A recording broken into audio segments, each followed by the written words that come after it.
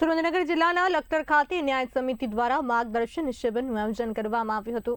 લખતર તાલુકા panchayat meeting hall ખાતે યોજાયેલા શિબિર ન્યાય સમિતિ ચેરમેન મધુબેન પ્રભુભાઈ મકવાણાના અધ્યક્ષસ્થાને યોજાઈ। આ ન્યાય સમિતિ માર્ગદર્શન શિબિરમાં લખતર દસાડા ધારાસભ્ય પી.કે. પરમાર ખાસ હાજર રહ્યા હતા।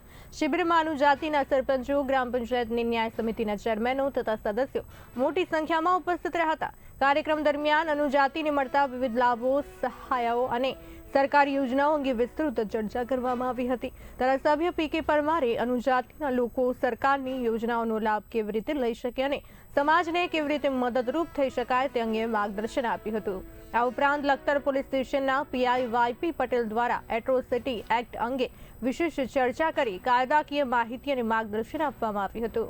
શિબિરમાં સુરેન્દ્રનગર નાયબ નિયામક અનુજાતિ કલ્યાણ વિભાગના કે.એફ. મકવાણા પણ ઉપસ્થિત રહ્યા હતા। આ માર્ગદર્શન શિબિરે અનુજાતિના પ્રતિનિધિઓમાં જાગૃતિ ફેલાવવાની સાથે ન્યાય સમિતિની ભૂમિકા અને જવાબદારીઓ અંગે મહત્વપૂર્ણ માર્ગદર્શન પૂરું પાડ્યું।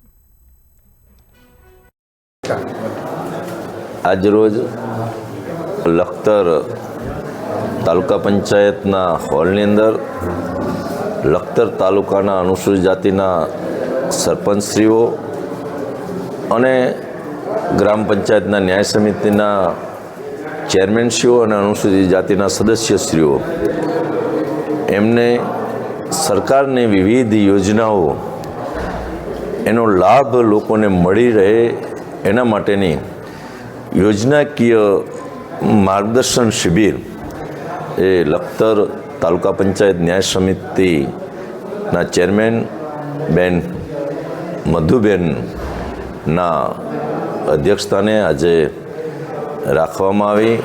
એમાં મોટી સંખ્યાની અંદર લખતરના ગ્રામ પંચાયતોના ન્યાય સમિતિના ચેરમેનો અને અનુસૂચિત જાતિના સરપંચશ્રીઓ અને સદસ્યોની ઉપસ્થિતિ રહી।